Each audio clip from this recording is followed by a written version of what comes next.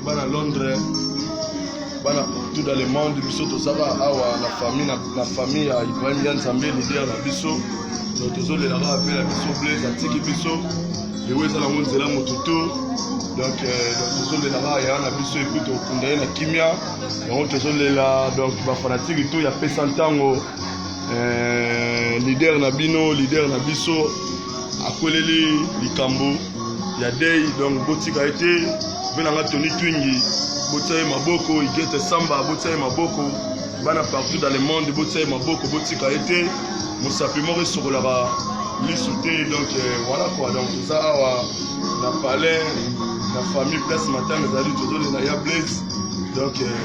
voilà quoi de la mère bango na habité so ba mère bangwana donc toka na matanga donc voilà donc baluki boye si bango koto yo donc toka na matanga donc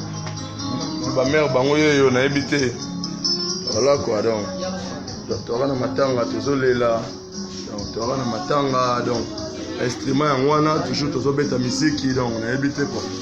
Ouais, bonsoir à Londres. Balobi mosapi moko ezoki nzeto mpapasi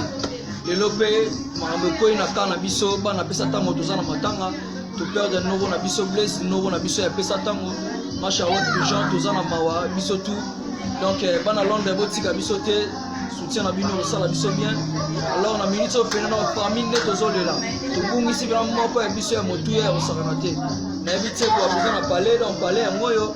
awa nde palais pena tosike tozalaka donc makambo nde eza pena awa nayebi ke baprogramme tokopesa bino kala mingi te awa tokopesa programme matanga ni enterrement makambo tu ndenge koleka donc toza bien na pasi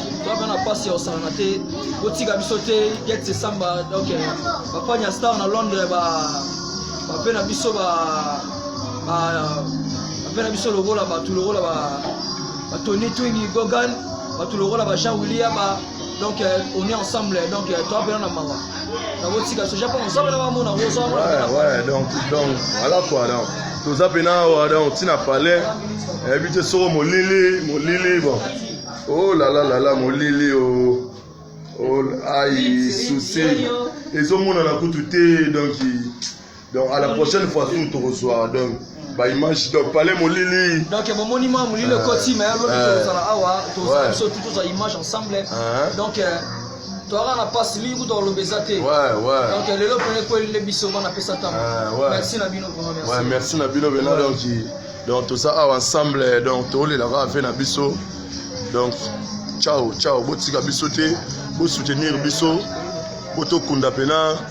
on a biso avec honneur donc voilà quoi ciao